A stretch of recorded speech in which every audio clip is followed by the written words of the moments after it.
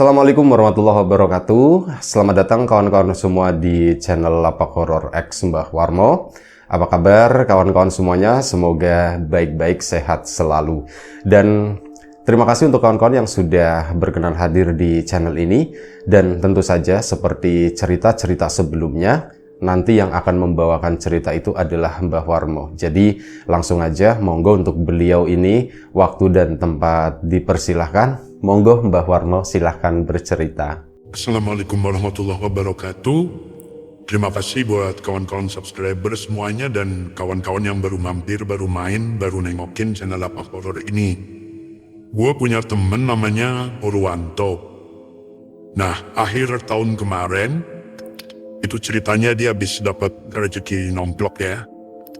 Dan ya dia mau mengalokasikan rezeki itu, dana itu ke rumah gitu. Dan dia mulai nyari-nyari rumah lah, rumah bekas gitu ya. Beberapa hari setelah dia nyebar info itu kalau dia lagi nyari rumah, datanglah satu orang ke rumah dia itu buat nawarin rumah bekas itu dan harganya relatif murah. Kalau nggak salah ukurannya tuh tanahnya tuh sekitar 200 meter persegi. Dengan luas bangunan yang gue sendiri kurang tahu, tapi itu melihat ukuran tanah segitu dijual dengan harga cuman 125 juta gitu. Itu tuh termasuk murah banget. Dimana di daerah gue itu pasarannya untuk 1 meter tuh udah sekitar 2 jutaan ya. Harusnya tuh ya 200 meter persegi kali 2 juta itu udah 400 juta.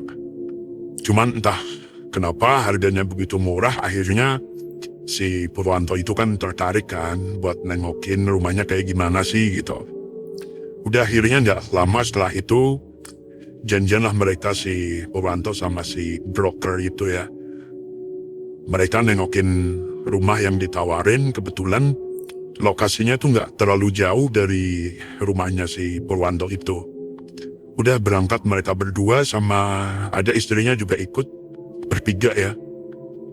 Itu nengokin rumahnya, tapi pas itu cuman bisa ngelihat dari depan doang, belum dari dalam ya, karena pas itu yang punya lagi nggak ada di situ dan ya mungkin butuh janjian lagi gitu sama yang punya rumah. Kesan pertama yang dilihat sih ya, rumah itu biasa aja ya, cuman memang kondisinya itu udah agak kotor karena rumah itu tuh udah 2 tahun lebih nggak ditempatin. Karena yang punya rumah udah meninggal ya, dan anaknya emang nggak mau nempatin rumah itu gitu. Nah udah malam itu udah nengokin kayak gitu, melihat kondisi rumahnya yang seperti itu, si Purwanto pun nggak masalah ya dengan harga segitu yang cukup murah. Tapi banyak saran masuk gitu kan ke si Pur, mending dicoba deh tanya tetangganya gitu kan, takutnya rumah dengan harga murah gitu takutnya ada masalah apa-apa gitu. Termasuk tanya dulu semua surat-suratnya segala macam. Nah udah esok paginya Purwanto langsung tanya-tanya ke para tetangga rumah situ. Dan lumayan bikin kaget sih kalau ternyata ada yang bilang gitu rumah itu tuh rumah bekas rumah dukun gitu. Jadi yang punya, yang sekarang udah meninggal itu tuh kakek-kakek dan hampir selama hidupnya gitu profesinya tuh sebagai seorang dukun ya. Dan dukunnya tuh bukan dukun yang ecek-ecek gitu, tapi itu benar-benar dukun ilmu hitam gitu ya, boleh dibilang kayak dia katanya gitu ya, praktek teluh juga, santet juga kayak gitu.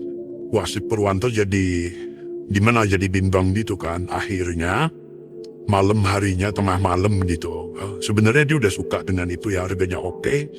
Simple mikirnya sih gini, oke nih dibeli, tapi mungkin nanti rumahnya dibongkar aja gitu ya, diperbarui segala macam. Nah udah malamnya itu kan ditengokin lagi ke sana. Itu dia bawa beberapa temen dan salah satunya itu ada orang pintar juga. Mereka ke sana bertiga dan mereka sampai sana itu sekitar jam 1 malam. Dan sampai di depan rumah itu tuh nggak, sebelum sampai di depan rumah itu tuh udah hawanya udah beda ya. Jadi rumah itu emang di samping rumah itu tuh masih ada ini ya, masih ada tanah kosong. Sisanya sih semua tetangga-tetangganya itu rumahnya rapat. Cuman pas di rumah itu tuh ada kebun kanan kirinya gitu. itu kebun orang ya, nggak termasuk ke dalam tanahnya si rumah dukun itu. Jadi pas kesana itu, pas sudah nyampe di kebunnya gitu kan, belum nyampe depan rumahnya itu, mereka itu melihat ada sosok pria, ada pria nggak pakai baju gitu, telanjang bulat gitu, itu lagi berdiri di depan pagar rumah itu ngadep ke arah rumah. Nah mereka bertiga berhenti gitu kan. Ya mereka kaget juga, oh itu siapa tuh gitu kan, dikiranya orang gila atau gimana gitu. Nah si pria bugil itu, si pria telanjang itu tuh lalu pas mereka berhenti gitu ya, dia nengok dan ya mereka saling bertatap muka gitu. Tapi muka si pria itu tuh cuma lempeng doang.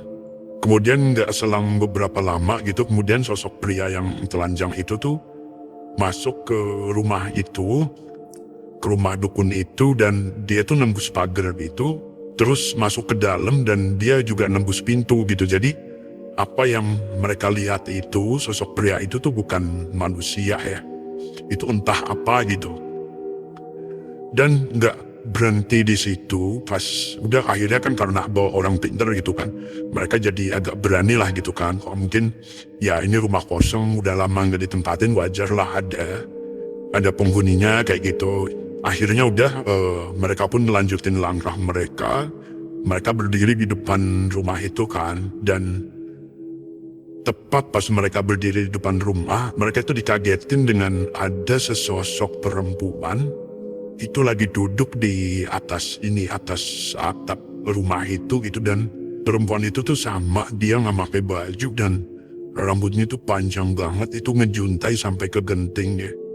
Ya melihat kondisi kayak gitu, akhirnya si Purwanto kan takut gitu kan, wah ini aneh nih, maksudnya rumahnya kok kayak gini. Dan dia baru mau nengokin aja udah disuguhin pemandangan kayak gitu gitu. Tapi karena pas itu datangnya dengan orang pintar dan orang pintarnya tuh masih optimis, akhirnya si orang pintar tuh bilang udah tenang aja gitu, yang kayak gini tuh bisa dibersihin gitu katanya. Nah udah malam itu selesai, mereka pun pulang membawa cerita itu, dan si Purwanto cerita ke istrinya gitu kan. Dan rencananya gitu kan, karena itu tadi udah ditenangin sama si orang pinter, akhirnya keesokan harinya itu lanjut lagi, dihubungilah si yang punya rumah itu, lalu mereka janjian untuk ketemuan dan pengen ngelihat di dalamnya itu seperti apa sih gitu. Nah waktu itu sore hari mereka janjian gitu, habis asar ya, sekitar jam 4 jam 5-an lah. Soalnya mereka ada takut juga kalau misal janjiannya malam-malam gitu kan. Makanya diambillah sore hari. Nah pas itu istrinya ikut, sama ada orang pintar juga ikut, sama ada omnya juga ikut. Jadi pas itu Purwanto tuh ngajak 3 orang, mereka berempat. Dan dari pihak yang punya rumah itu berdua, suami istri itu anaknya mbah yang punya rumah itu, mbah dukun itu. Akhirnya mereka masuk gitu kan. Nah pas pertama masuk itu, hawanya itu udah nggak enak banget, itu bawa apa ya, hawanya tuh anyep gitu ya. Dan di sana entah kenapa itu masih ada bau wangi-wangian gitu. Gue juga kurang tahu ya. Itu katanya cuman bau wangi-wangian gitu, entah itu wangi kemenyan atau wangi bunga-bungaan gitu, gue kurang tahu. Tapi katanya itu masih ada bau-bau kayak gitu. Udah masuk ke sana, dan kondisi rumah di dalamnya itu sebenarnya masih lumayan bagus ya. Cuman memang kayak di bagian plafon itu beberapa udah jebol kayak gitu. Dan ada pemandangan yang cukup unik di sana.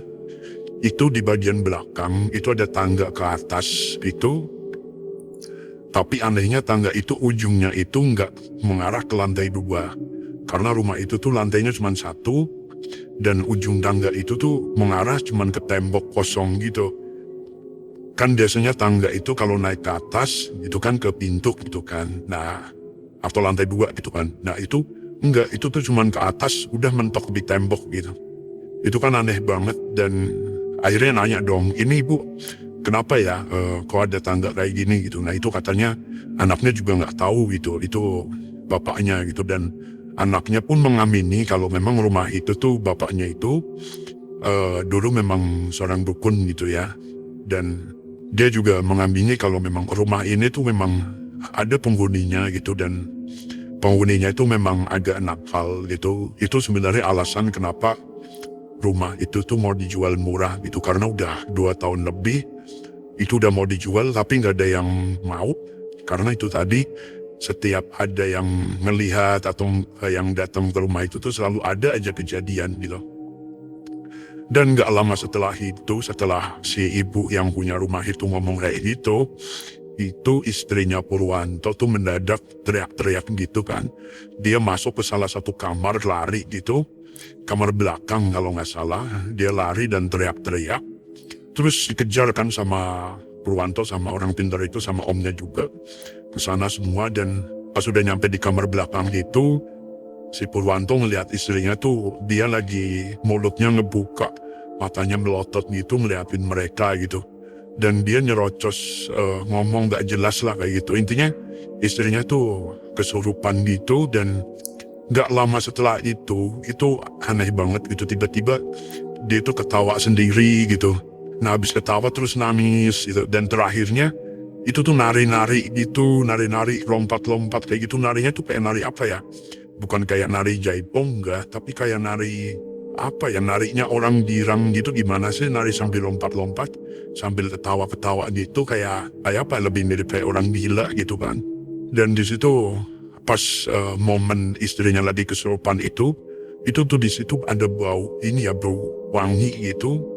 Bau wangi campur bau anjir itu menuhin ruangan itu. Dan karena ngelihat istrinya kayak gitu, akhirnya si orang pintar itu pun turun tangan gitu kan. Berusaha nyembuhin gitu, ini biar sembuh tuh gimana caranya gitu. Dan setelah itu langsung dilakuin ritual itu, didoain segala macam. Tapi si orang pintar itu ternyata nggak kuat nahan. Si istrinya itu nambah histeris gitu, teriak-teriak, dan si orang pintar itu kepental ke belakang gitu. Dan si orang pintar itu kepental ke belakang, lalu dia muntah darah gitu. Udah akhirnya makin panik semuanya, dan mereka semua memutuskan untuk keluar dari ruangan itu kan. Dan si istrinya si Purwanto tinggalin di dalam rumah situ. Sampai akhirnya ada salah satu tetangga itu tuh ngedengar keributan di situ kan. Dan itu udah ini, waktu itu udah menjelang maghrib gitu. Di situ akhirnya rame. Akhirnya para tetangga itu tuh pada ikut nolongin ke situ. Mereka ini jadinya berdoa rame-rame, dipimpin sama ustadz yang tadi ya, orang pintar yang muntah darah tadi. Alhamdulillah akhirnya istrinya tuh sembuh, bisa ditenangin, dan istrinya tuh pingsan gitu. Nah setelah istrinya dibawa keluar, tiba-tiba semua pintu yang ada di rumah itu tuh nutup dengan sendirinya. Jadi pas posisi awal mereka masuk, semua pintu itu kan kebuka, termasuk pintu depan, pintu kamar-kamar gitu. Nah setelah mereka keluar, istrinya Purwanto dibawa keluar, itu dibopong gitu. Nah tiba-tiba semua pintu tuh nutup, prok gitu. Wah itu jadi, suasananya jadi mencekam banget gitu kan. Karena melihat yang seperti itu, Purwanto pun memutuskan untuk mikir-mikir dulu gitu. Dia belum menyatakan nggak jadi gitu ya, cuman masih oke lah, nanti dipikir-pikir dulu deh gitu. Dicoba dicari solusinya segala macem gitu. Nah akhirnya Purwanto pun pamitan, dan sebelum pamitan si Purwanto tuh bilang, "Bu, ini kalau misal jadi, ini mungkin rumahnya bakal saya hancurin gitu, itu nggak apa-apa gitu ya," kata si anaknya. Kata si ibu yang punya rumah itu tuh, ya udah nggak apa-apa gitu kan, udah dibeli ini gitu. Nah udahlah Purwanto pulang ke rumahnya gitu kan. Pikirannya itu semuanya udah selesai, ternyata enggak. Pas malamnya, sekitar jam 10 malam ya, mereka udah mau pada tidur semuanya. Tiba-tiba di kasurnya si Purwanto itu tuh ada bunyi di bawahnya gitu tuh, ada bunyi beruduk kayak gitu. Kaget kan, shock kan si istrinya sama si Purwanto itu. Anaknya juga ikut nangis karena takut gitu kan. Mereka lompat dari tempat tidur, dan tempat tidurnya tuh masih bunyi gitu, beruduk kayak gitu. Wah panik dong. Akhirnya mereka ngundang tetangga gitu kan. Tapi pas kebenaran waktu itu kondisinya lagi hujan, jadi cukup lama juga ngumpulin orang gitu kan, karena mereka udah takut gitu. Nah pas mereka lagi mau menunggu orang datang gitu, itu aneh banget. Jadi kasurnya itu tiba-tiba keangkat itu tuh masih, mereka tuh masih pakai kasur kapuk ya. Jadi dari dalam kasur itu tuh kayak ada nyembul keluar gitu. Kasurnya ikut keangkat. Dan setelah kasur itu keangkat, itu kan akhirnya kasurnya itu jatuh gitu kan. Karena keangkatnya lumayan tinggi. Akhirnya kasurnya jatuh dan mereka tuh melihat ada sosok. Di bawah kasur itu tuh ada nggak tahu perempuan, nggak tahu laki-laki. Itu tuh rambutnya panjang banget. Itu tuh rambutnya numbuh terus nyampe nutupin ini ya, nutupin tempat tidur di kamar itu. Dan itu terus panjang-panjang melebar gitu kan. Akhirnya Purwanto sama istrinya tuh teriak keluar. Udah ditinggalin lah si sosok itu di kamar sendirian. Dan tetangganya yang orang pinter yang kemarin itu ikut ke nengokin rumah itu. Akhirnya datang juga ke situ dan ya intinya gue nggak tahu ya, didoain, diritualin segala macem. Udah katanya udah beres itu. Intinya tuh kayak gini ya, penunggu di rumah itu dulu bekas peliharaannya si Mbah Dukun itu nggak terima kalau misal sampai rumah itu dibongkar gitu. Jadi makanya mending dibatalin aja rumah itu, nanti bilang ke ibunya untuk positif dibatalin aja. Mending nggak usah deh gitu, mending cari rumah yang lain, jangan rumah yang itu. Ya akhirnya esok harinya si Purwanto ke rumah si ibu yang punya rumah itu tadi dan memutuskan untuk membatalkan transaksi rumah itu. Dan semenjak hari itu udah kasus boleh dibilang selesai, udah nggak ada gangguan apa-apa lagi. Dan ternyata konon kayak sosok wanita perempuan dengan rambut panjang itu tuh nggak cuman Purwanto aja yang melihat, tapi memang tetangga-tetangganya itu juga udah sering banget ngelihat sosok itu di sana gitu. Dan sampai saat ini rumah itu tuh masih belum dijual, itu dipelihara sama anaknya ya, sama si ibu-ibu yang anaknya Mbah Dukun itu. Konon sih katanya rumah itu nggak jadi dijual, entah nggak tahu mau diapain, gue juga kurang tahu. Tapi rumah itu tuh nyampe sekarang masih ada dan itu tadi, sesekali itu masih kadang masih menteror siapapun yang lewat di depan rumah itu. Nah itulah salah satu cerita dari temen gua si Purwanto tentang rumah bekas dukun gitu. Maaf kalau ceritanya nggak terlalu seram. Dan buat kawan-kawan yang menjalankan ibadah puasa, selamat menunaikan ibadah puasa. Jaga kesehatan kalian selalu. Sekali lagi terima kasih udah mau nonton, udah mau dengerin cerita ini. Assalamualaikum warahmatullahi wabarakatuh.